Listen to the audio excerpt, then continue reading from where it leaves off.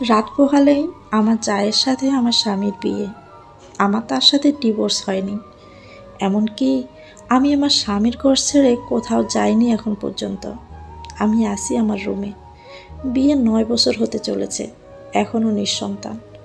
সমস্যাটা আমার স্বামীর। ওনার শুক্রাণুর সংখ্যা 2%। অনেক চিকিৎসা করেছি, কিন্তু লাভ হয়নি।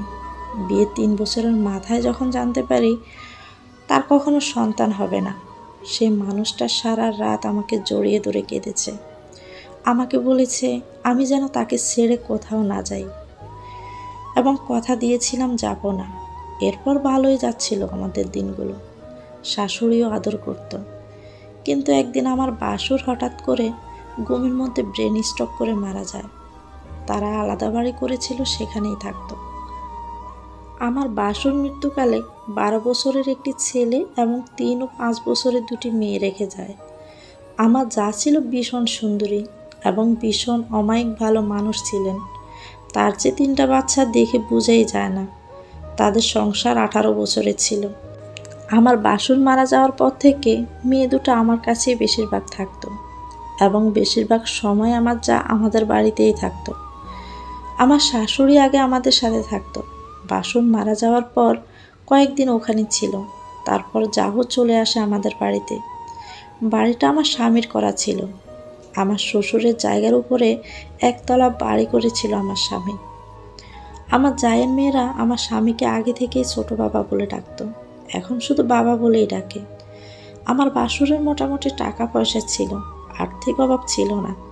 তারপরেও আমার স্বামী এবং আমি তাদের যথেষ্ট করে দেখতাম। বাসুর মারা যাওয়ার পর থেকে বাচ্চাগুলো আমার স্বামীকে ছাড়া কিছুই বুঝত। আমি বিষয়টাকে তেমন আমলেও নেইনি। আমার দিন কেটে যেত বাড়ির আঙিনায় হাঁস মুরগি গরু লালন পালন করায়। আমি ঘরের সব কাজ করতাম। আমার বাসুর মারা যাওয়ার পর থেকে রাতের বেলা আমার স্বামী বাসুরের মেয়েদের সাথে থাকতো, কারণ ওর বাবার জন্য ওরা কান্না করত। তখন আমার বিছানায় এসে ঘুমাতো। আমার বিছানাটা এত বড় ছিল না, তখন ওরা দুজন সহ আমার স্বামী খাটে শুইলে আমি নিচে ঘুমাতাম। এর কয়েকদিন পর 12 বছরের ছেলেটা এসেও আমার স্বামীর সাথে ঘুমাতো। আমি তখন অন্য রুমে ঘুমাতাম। এভাবে আস্তে আস্তে দূরত্ব তৈরি হলো। আমার বাসুর মারা যাওয়ার বছর খানেক পার হওয়ার পর খেয়াল করলাম আমার শাশুড়িও আমাকে তেমন দেখতে পারে না। সব কিছুতে বড় বাবাকে বেশি প্রাধান্য দেয়, এবং আমার স্বামীও আমাকে গুরুত্ব দিত না এবং সময় দিত না। সব কিছুতে শুধু ভাবি ভাবি করত। আমার বড় যা হচ্ছে আমার শাশুড়ির বোনের মেয়ে। আমার শাশুড়ি তার বোনের মেয়েকে আনছে তার বড় ছেলের জন্য। আর আমার স্বামী আমাকে পছন্দ করে পারিবারিকভাবে বিয়ে করেছে। এজন্য অবশ্য প্রথম প্রথম আমার শাশুড়ি আমাকে তেমন পছন্দ করতো না। বাসুর মারা যাওয়ার বছর পার হওয়ার পর তারা আবার তাদের বাড়িতে চলে গেল। সাথে আমার শাশুড়িও গেল। আমি একা হয়ে গেলাম। আমার স্বামী বাজার করে দিত। রাতে বেশিরভাগ সময় ওখানেই থাকতো। আমি থাকতে পারতাম না, কারণ আমার গবাদি পশু ছিল এজন্য। একটা সময় শুধু সকালে কোনো কাজ থাকলে আমার এদিকে আসতো আমার স্বামী। এমনিতেই আসতো না। আমিও চুপচাপ সহ্য করেছি, কারণ ঝগড়া করলে আরও ঝামেলা হতো এবং মারামারি হতো। এখন মাসেও আসতো না, তাই আমিও আর কিছু বলতাম না, শুধু বুঝতাম মানুষটা আর আমার নেই। একদিন আমার শাশুড়ি আর আমার স্বামী বাড়িতে এসে বলে, তুমি জানো আমার ছেলের কখনো বাচ্চা হবে না। আমার বড় ছেলেও মারা গেছে। আমি চাইছি বড় বউয়ের সাথে আমার ছেলের বিয়ে দিতে, সাথে 3টা সন্তান পাবে। আমাকে 3 লাখ টাকা দিবে যেন আমি চলে যাই, যদি থাকতে চাই থাকতে পারবো, এরকম বলল। আমি ততদিনই বিষয়টা আন্দাজ করতে পেরেছি এরকম কিছুই হবে। আমি আমার স্বামীকে কিছুই বলিনি, কারণ তার সাথে আমার এক আকাশ অভিমান জমা হয়েছিল। আমি গরিবের মেয়ে, একটা অসুস্থ মা আছে আমার, আর ভাই একটা আছে বউ নিয়ে থাকে। আমি জানতাম এখান থেকে চলে গেলে আমার আর বিয়ে হবে না কোনো ভালো জায়গায়। আমি চুপচাপ মেনে নিয়েছি। শুধু বুকে ব্যথা হতো আর কলিজায় মুচড়াতো। কোনো কান্না আসতো না। অনেক কাঁদতে চাইতাম, কিন্তু কান্না আসতো না আমার। নামাজের বিছানায়ও কান্না আসতো না। তারপর আমার স্বামী আমাকে বলে, তোমাকে কোনো দিন আমি অবহেলা করব না। আমি কিছু বলিনি, শুধু হেসেছি। আমার শাশুড়ি একজনকে পাঠাইছে বাজার থেকে শাড়ি আর কিছু সাজনের জিনিস কিনে আনার জন্য। আমার শাশুড়ি আর স্বামী তারপর চলে যায়, কারণ পরের দিন তাদের বিয়ে। ওরা চলে যাওয়ার পর কান্না আসে নাই, শুধু আমার গরু ছাগল আর মুরগিগুলোকে জড়িয়ে ধরতাম একটু পর পর। আমার মাকে বিষয়টা বলেছি, শুধু মা বলেছিল, মারে একটু সহ্য করে পড়ে থাক, কই আসবি বল, তোর বাইরে তো নুন আনতে পান্তা ফুরোয়। আমার ভাই বিষয়টা জানতে পেরে আমার শ্বশুর বাড়িতে আসে আমাকে নিয়ে যেতে, বলেছে তোকে ভিক্ষে করে খাওয়াবো, চল আমার সাথে। কিন্তু আমি যাইনি, কারণ আমি জানি ওখানে ফিউচার ভালো হবে না। এরপর তাদের বিয়ে হলো। আমার স্বামী এখানে আর তেমন আসেও না, সপ্তাহে আসে আমার সাথে কথা বলে। আমি তেমন কথা বলি না, কাজের অজুহাত দিয়ে দূরে দূরে সরে থাকি। উনি আমার সাথে শারীরিক সম্পর্ক করতে চাইলে বিভিন্ন সমস্যা দেখায়, তখন রাগ করে চলে যায়। মাসে 15 দিনেও আসা বন্ধ করে দেয়। মন চাইলে বাজার পাঠায়, না হলে পাঠায় না। আমিও কিছু বলি না, কারণ গরুর দুধ, ডিম, লাগানো টুকিটাকি সবজি বিক্রি করে আমার পেট চলে। মাকেও দিতাম। ভাইয়ের জন্য পাঠালে ভাই রাগ করত, নিত না। ভাবিও কথা বলতো না, শুধু বলতো একবেলা কম খাইতাম, তাও তোকে পালতে পারতাম না। আমার কেন জানি মনে হতো হয়তো এখন এমন বলেছে, কিন্তু একটা সময় ঠিকই আমাকে ভর করবে। আমার ভাবি এত কষ্ট পেয়েছে এই ঘটনার পর থেকে, একটা ডিম পাঠালেও রাখতো না। কখনো ভালো মন্দ রান্না করলে ভাইয়ের মেয়ে দিয়ে পাঠাতো, আমি তৃপ্তি সহকারে খেতাম। শ্বশুরবাড়ির সবার সাথে আমার দূরত্ব হয়। যে মানুষগুলোকে কত আদর করে আপ্যায়ন করে খাওয়াতাম, কত ভাব ছিল সে মানুষগুলো, এখন আমাকে দেখলে কথাও বলে না, খোসা মেরে কথা বলে। আমি কেন ডিভোর্স দিই না, হ্যান ত্যান। আমার শাশুড়িও এখন আর তেমন আসে না, তেমন একটা কথাও বলে না। ওনাকে মা ডাকতাম, কত যে সেবা করেছি ওনার, হায় আফসোস, কেউ দুঃখ বুঝিনি আমার।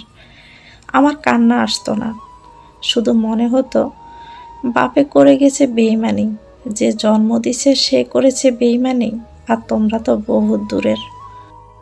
সকালে ঘুম থেকে উঠে গোয়াল করে যেয়ে দেখি আমার একটি দুধের গরু নাই।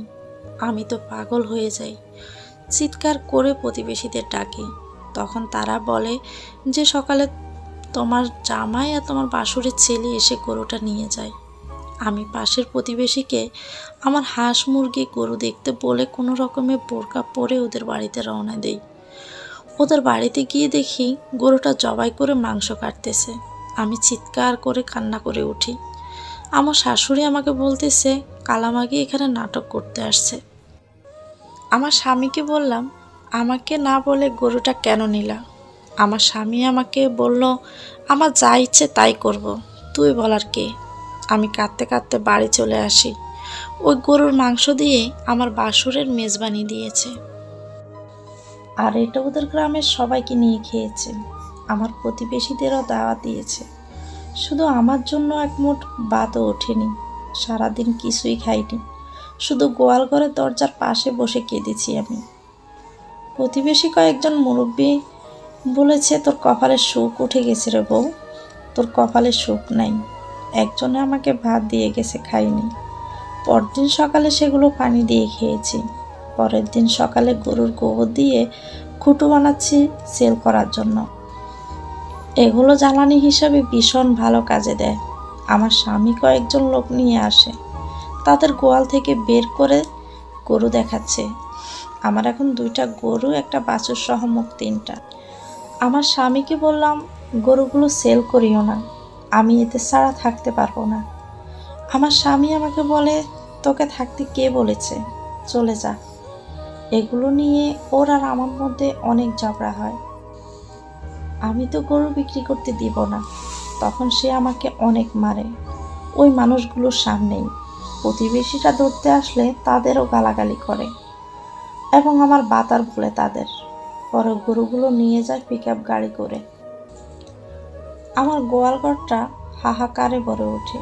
চুপচাপ কষ্টগুলো হজম করি, কারণ যাওয়ার জায়গা নাই। ভীষণ গরিবের মেয়ে আমি। আমার বাপ ছিল অনেক কোটিপতি, কিন্তু আমাদের সাথে বেইমানি করে গেছে। আমার বাপ আমার মাকে শখের বশে বিয়ে করে। কখনো সামাজিক মর্যাদা দেয়নি। আমারও তেমন চালাক চতুর ছিল না। আমার বাপের কোটি কোটি টাকা, ওনার শহরে 13টা বিল্ডিং রয়েছে এবং 15টা কাভার্ড ভ্যান, পিক আপ, বাস এ ধরনের গাড়ি রয়েছে। ওনার প্রথম সংসারে এক ছেলে আর এক মেয়ে, তারা ভাই বোন দুজনেই MBBS ডাক্তার। আমার মাকে বিয়ে করার 5 বছর পর আমার বাবা মারা যায়। আমার মা সেখানে গিয়েছিল কিন্তু কোনো কিছুই পায়নি, উল্টো আমাদের জারজ বলে তারা বের করে দিয়েছে। আমার ভাইয়ের তখন 3.5 বছর বয়স আর আমি আম্মুর গর্ভে ছিলাম। এরপর মা আমাদের নিয়ে মানুষের বাসায় কাজ করে সুখে দুঃখে মানুষ করে। আমার ভাই কৃষক, পড়ালেখা একদমই করেনি। ও 7 বছর বয়স থেকে মানুষের দোকানে কাজ করত। আমি কোনো রকমে ক্লাস 9 পর্যন্ত পড়ি। এরপর ওনার সাথে বিয়ে হয়ে যায়। একদিন ওরা সবাই বাড়িতে বেড়াতে আসে। আমি রান্না বান্না করে খাওয়াই, কাজের অজুহাতে রান্নাঘরে বসে থাকি। আমার স্বামীর সামনে খুব একটা বেশি যাই না, কিন্তু আমি তাদের খুশি দেখেছি।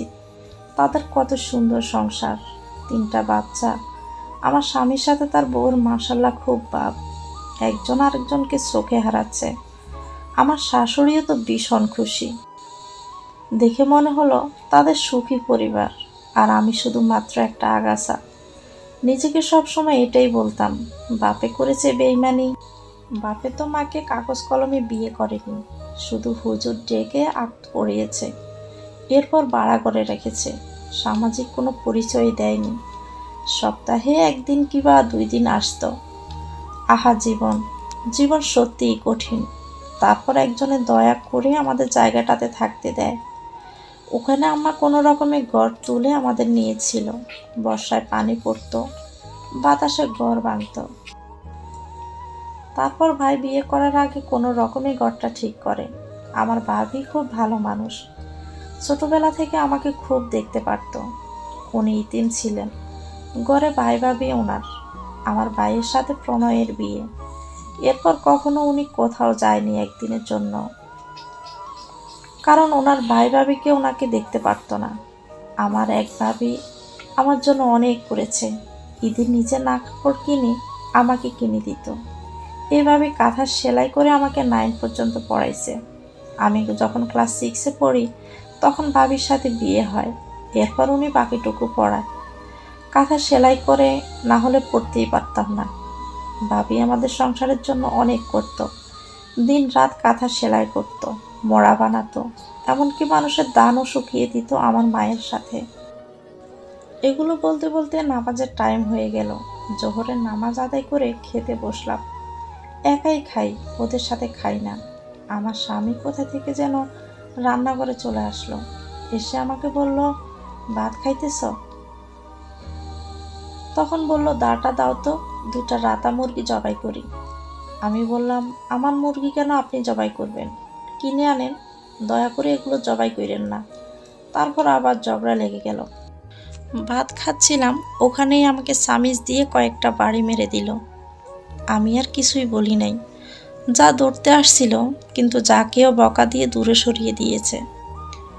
এরপর আমার মুরগির সবগুলোকে ইচ্ছে করে জবাই করে দেয়। আমার মুরগির ছানা ছিল অনেকগুলো, 7টা মুরগি জবাই করে দেয়। আমার যা শাশুড়ি মিলে মুরগিগুলো পরিষ্কার করে কেটে কষিয়ে রাখে। আমি দুয়ারে বসে শুধু চোখের পানি মুছতেছিলাম। কোথা থেকে যেন আমার ভাবি আসে, আল্লাহই জানেন। এসে আমাকে সর মেলে বলে, মাগি তোরে মানুষের মার খাইতে কইছিলাম, কত কষ্ট করে খাওয়াই পড়ায় মানুষ করেছি, এই অমানুষকে অত্যাচার সহ্য করার জন্য? কুত্তার বাচ্চাগুলোর উপর গজবে পড়ে না। বাজার বাচ্চা আমার বোনের জীবনটা শেষ করে দিয়েছে। এরপর আমার শাশুড়ির সাথে তুমুল ঝগড়া।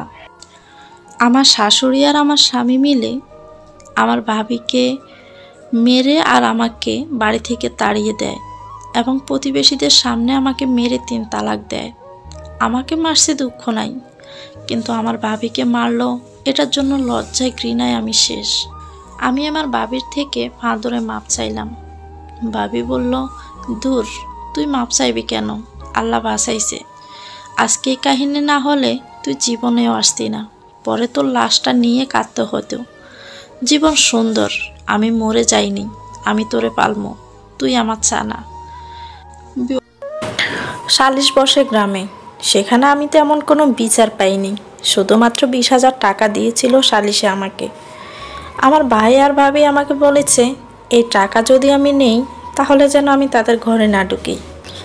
এরপর আমি গ্রামের সালিশের মধ্যেই বলেছি, আমি তো এমনিতেই গরিব, আমি না হয় তোদের মতো মানুষদের এই 20,000 টাকা দান করলাম। গ্রামের সালিশ প্রধান আমাকে বেয়াদব বলল, আমি নাকি বেয়াদব মেয়ে, এমন মেয়ের সাথে নাকি সংসার করা যায় না। কারণ সালিশ প্রধান টাকা খেয়েছিল ওদের থেকে। তারপর সবার সামনে আমাকে 3 তালাক দিল। তখন এত কাগজ কলমের বিয়ে এত প্রচলন ছিল না আমাদের গ্রামে। আমার জামা কাপড়গুলো দেয়নি, কিছুই দেয়নি। উল্টো আমাকে আর আমার ভাবিকে বলল আমরা চরিত্রহীন, আজ গরিব বলে বিচার পাইনি। উল্টো আমার শ্বশুর বাড়ির মানুষ বলল আমরা জারজ সন্তান, আমাদের বাপেরও পরিচয় নাই। সত্যি আমাদের পরিচয় নাই, আজ পর্যন্ত বাপের কিছুই পাইনি, পরিচয়টাও না। যাক, সব আমাদের নসিব। সালের শেষে চলে আসলাম। একই গ্রামে থাকতাম আমরা, এবং আমাদের ঘর থেকে ওদের ঘর ছিল এক পুকুরের এপার আর ওপার। আমার যাদের ঘর আমার ঘর থেকে হেঁটে গেলে 10 মিনিট লাগতো। নিজেদের ঘরে চলে আসি। 2 রুমের ঘর ছিল আমাদের। এক রুমে ভাই ভাবি, আরেক রুমে আমি আর আম্মা আর ভাইয়ের 5 বছরের মেয়ে থাকতাম, সাথে ছোট একটা রান্নাঘর। কিন্তু ভাত খেতাম আমাদের রুমটাতে। আমি চলে আসার পর অনেক কান্না করি, কলিজায় অনেক ব্যথা হতো। আজ শ্যামবর্ণের বলে আমার জীবনটা এমন। ঘরে বসে কাঁথা সেলাই করতাম, মানুষের দান শুকাতাম, কেউ কোনো কাজের জন্য ডাকলে করে দিতাম, মোড়া বানাতাম, শীতল পাটি বানাতাম। জায়গার অভাবের জন্য হাঁস মুরগি কিনতে পারি নাই। ভাবি খুব আদর করত। আমাদের কোনো আত্মীয় স্বজন ছিল না যে কারো বাড়িতে আমি বেড়াতে যাব। আমার জন্য তখন বিয়ের প্রস্তাব আসা শুরু করলো। বয়স্ক লোক আসতো বেশি। আমার মা আমার ভাবিকে অনেক বকা দিত, কারণ আমার ভাবি এসব বয়স্ক লোকদের কাছে বিয়ে দিতে চাইতো না বলে।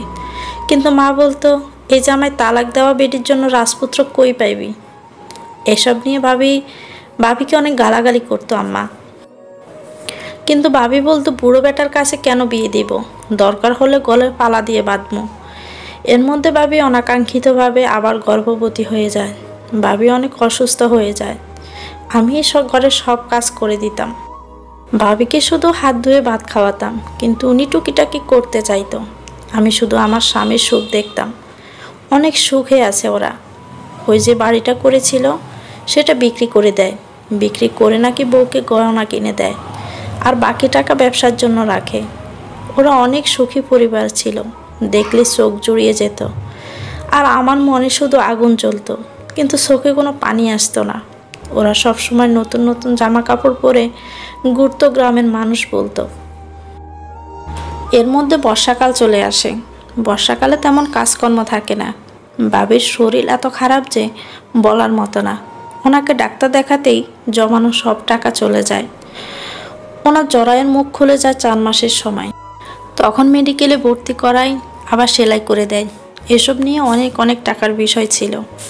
আমার একটা চেইন ছিল, সেটাও আমি বিক্রি করে দেই ভাবি চিকিৎসার জন্য। আমার ভাবি সব সময় বলতো আল্লাহ আমাকে অনেক সুখী করবেন। একদিন সকালবেলা ঘরে কোনো খাবার নাই। আমি বাড়ির পাশে এক চাষি থেকে 1 কেজি চাল ধার আনতে যাচ্ছিলাম। তখন দেখি আমার স্বামী আমাদের বাড়ির সামনে দিয়ে যাচ্ছে, আর আমাকে দেখে বলতেছে কালামাগি। আমি কিছুই বললাম না, সাইড কেটে চলে গেলাম। ওনাকে একটু দেখলাম, এতটুকুতেই যেন অনেক খুশি। হায় আল্লাহ, কতদিন জড়িয়ে ধরিনি। দিন চলে যায়, থেমে থাকে না। ভাবির অবস্থা খুব খারাপ হয়। ডেলিভারির সময় হয়েছে। ওনাকে যে মেডিকেলে নিয়ে যাব সে টাকা ছিল না আমার কাছে। তখন আমি বাড়ির পাশের এক বাইকে নিয়ে আমার স্বামীর বাড়ির পাশে গেলাম। আমি ঘরে যাইনি, পাশে দাঁড়িয়েছিলাম। বাইটাকে দিয়ে তাকে ডাকালাম। ও আসার পর ওনার পায়ে ধরে 10,000 টাকা ভিক্ষা চাইলাম। সে বলল 10,000 টাকা নাই, 5,000 আছে, দিতে পারি, তবে আমার সাথে একবার থাকতে হবে। আমি বললাম কোথায় থাকবো, তখন বলল বাড়িতে কেউ নাই, ওরা সবাই আমার বউয়ের বাপের বাড়ি গেছে। ওর মুখে আমার বউ কথাটা শুনে অনেক খারাপ লাগলো। যাক, আমি রাজি হলাম, কারণ তখন হালাল হারামের কথা চিন্তা করার সময় ছিল না। আমার একটু ইচ্ছে হচ্ছিল না শারীরিক সম্পর্ক করার, কিন্তু 5,000 টাকার জন্য করতে হলো। তারপর উনি আমাকে আসার সময় 3,000 টাকা দিল। বলল শ্বশুরবাড়ি যাব, খালি হাতে যেতে পারবো না, 2,000 টাকাগুলো লাগবে আমার। আমি অনেক মিনতি করেছি, কিন্তু দেয়নি। সেই 3,000 টাকা নিয়ে দৌড়ে দৌড়ে বাড়ির দিকে গেলাম। ভাইয়ের হাতে টাকাগুলো দিলাম। ভাই আর আমি ভ্যানে করে বাবিকে মেডিকেলে নিয়ে গেলাম, কিন্তু আফসোস, হাসপাতালে ঢোকার পরপরই ডাক্তার ডেলিভারির জন্য নিয়ে গেল। ডেলিভারির সময় একটা পুত্র সন্তান জন্ম দিয়ে আমার ভাবি মারা যায়। আমার ভাবির খুব ইচ্ছা হয়েছিল গরুর মাংস দিয়ে ভাত খাওয়ার, কিন্তু আফসোস খাওয়াতে পারিনি। হাসপাতালে বিল আসলো 6,000 টাকা। পুরো টাকা দিতে পারছিলাম না বলে আমার ভাবির লাশ আর ছেলেকে দিচ্ছিল না। পরে হাতে পায়ে দৌড়ে গ্রাম থেকে সাদা তুলে 5,000 টাকা দিয়ে ভাবির লাশ আর ছেলেকে নিয়ে আসলাম। ছেলেটা খুব কান্না করতেছিল।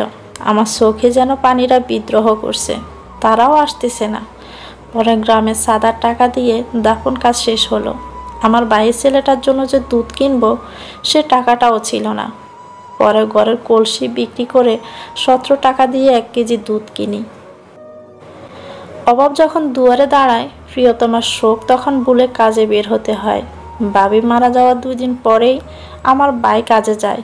ভাই কাজ থেকে ফিরলে বাজার আনে, আর ঘরে আগুন জ্বলে। টাকার অভাবে ভাবির 4 দিন না কুলখানি করতে পারিনি, মিলাদও পড়াতে পারি নাই। আমার ভাবি মারা যাওয়ার পর আমার শ্বশুরবাড়ির লোকজন বলে মাগির অনেক মুখ চলতো, দূর হয়েছে, ভালো হয়েছে। যাক, সেসব আমলে নেই না আমি। চাষ করে আর সংসার চলে না আমাদের। ভাই গ্রামের এক ভাইয়ের সাথে গেল শহরে রাজমিস্ত্রির কাজে, দিনে 150 টাকা বেতনে। ভাই যাওয়ার পর সপ্তাহে 1 দিন বাড়িতে আসতো, আর হাতে টাকা পয়সা দিয়ে যেত যখন যা পারত। ওখানে রাতে ফুটপাতের মধ্যে ঝুপড়ির মধ্যে ঘুমিয়ে থাকতো। আমি ছেলে বাচ্চাটারে মায়ের কাছে রেখে মানুষের বাড়ি গিয়ে ধান শুকানো, মরিচ শুকানোর কাজ করতাম। যখন যে কাজের জন্য ডাকতো তখন তাই করতাম। এর মধ্যে ভাইয়ের ছোট ছেলেটা নিউমোনিয়া হয়ে মারা যায়। টাকার অভাবে বাঁচাতে পারিনি। জন্মের 2 মাস পরে মারা যায়। যাক, সব আল্লাহর হাতে। ও মারা যাওয়ার 7 দিন পর 5তলা বিল্ডিং রং করতেছিল আমার ভাই সহ আরো কয়েকজন মিলে। সেখান থেকে রশি ছিঁড়ে আমার ভাই সহ আরেকজন মারা যায়। আমার ভাই মারা যায়, মাথা ফেটে মস্তিষ্ক বের হয়ে যায়। আমার পরিবার সবার বিদায় বেলা এসেছে। আমার শাশুড়ি গ্রামে রটায়, ওনার অভিশাপে নাকি আমাদের জীবনগুলো এমন হয়ে গেছে। ওনাদের অভিশাপ নাকি অনেক কিছু অনেকের সাথে ফলে যায়। আমার ভাইয়ের মৃত্যুর সংবাদ আমার মা সহ্য করতে পারে না, মানসিক রোগী হয়ে যায়। ঘরে দড়ি দিয়ে বেঁধে রাখতে হতো। দড়ি দিয়ে বেঁধে আমি কাজে যেতাম, আর বাইজিটাকে পাহারা দিতে বলতাম। একদিন কাজ থেকে ফিরে দেখি মা নাই। বাইজি ছোট মানুষ, বাচ্চাদের সাথে খেলতেছিল। মাকে খুঁজতে খুঁজতে বাজারে গিয়ে পেলাম। এরকম প্রায় সময় মা ঘরের বাইরে চলে যেত। পরে খুঁজে বের করতাম। মা পাগল হোক আর ছাগল হোক, মা তো মাই, তাকে তো আর ফেলে দেওয়া যায় না। এভাবে বছর পার হতে লাগলো। মা আরও অসুস্থ হয়ে গেল। রান্নার জন্য পাতা আর লাকড়ি খুঁজতে আমার বাইজি জঙ্গলের দিকে যায়, যেখানে একটু গাছপালা বেশি। সেখানে একটা সাপে কামড় দেয় আমার ভাইজিকে। আমি মানুষের বাড়িতে কাজ করতে যাই। সকালের দিকে খবর পাই আমার ভাইজিকে সাপে কাটছে। তাড়াতাড়ি বাড়িতে যাই। ওখান থেকে প্রতিবেশীদের সাহায্যে ওজার বাড়িতে যাই, কিন্তু বিষ নামাতে পারে না। ভাইজি আমার আল্লাহর কাছে চলে যায়। ভাইজি একটা নতুন জামা চেয়েছিল, কিন্তু আফসোস একটা নতুন জামা তাকে দিতে পারিনি। দোয়া করি আল্লাহ তোকে জান্নাত নসিব করুক। এই দুনিয়ায় সুখ পাস নাই, ওই দুনিয়ায় আল্লাহ তোর সুখ দিক। ভাইজি মারা যাওয়ার পর ভীষণ অসুখ হয় আমার। তারপর থেকে কাজকর্ম তেমন একটা করতে পারতাম না। আমার স্বামীদের অবস্থা অনেক ভালো, অনেক বড় লোক, খুব সুখে আছে তারা। আমার শাশুড়ি মারা যায়, বাসুরের ছেলেকে বিদেশ পাঠায়। আল্লাহ ওনাদের অনেক সুখ দিয়েছেন। দোয়া করি আল্লাহ আরও সুখ দিক। তারপর কিছু মনেও রাখতে পারতাম না, সব ভুলে যেতাম। এভাবে বাড়ি বাড়ি কাজ করে অনেক বছর কাটাই। মা আর আমার কোনো রকম পেট চলতো। এরপর মাও মারা যায়, আমিও বৃদ্ধ হই, অসুস্থ হয়ে যাই, কাজকর্মে আর জোর পাই না। এদিকে যাদের জায়গা থাকতাম তারা নাকি বাড়ি করবে, এজন্য জায়গা থেকে আমাকে উচ্ছেদ করে দেয়। এরপর শহরে এসে ভিক্ষা করি, ভিক্ষা করেই জীবন যায়। এখন আর আগের মতো হাঁটতে পারি না, জানি না উপরওয়ালা কখন ডাক দেয়। এই দুনিয়ায় তো সুখ পেলাম না, এবার আল্লাহ যদি জান্নাতের সুখ দেন। গল্পটি সত্য ঘটনা অবলম্বনে। এটা গল্পের শেষ অংশ। প্রথম অংশটি আমার ডেসক্রিপশন বক্সে পেয়ে যাবেন। তো ভিউয়ার্স, গল্পটির কোথাও কোনো অংশ যদি আপনাদের একটু ভালো লেগে থাকে প্লিজ একটি লাইক দিয়ে দিবেন, কমেন্টস করে জানাবেন কেমন হয়েছে। আপনাদের একটি লাইক এবং কমেন্টস আমাকে পরবর্তী ভিডিও বানাতে অনেক বেশি উৎসাহিত করে। আর যদি বেশি ভালো লেগে থাকে তাহলে চ্যানেলটিকে সাবস্ক্রাইব করে আমাদের সাথেই থাকবেন। আর যারা অলরেডি কাজটি করেছেন তাদেরকে অনেক ধন্যবাদ।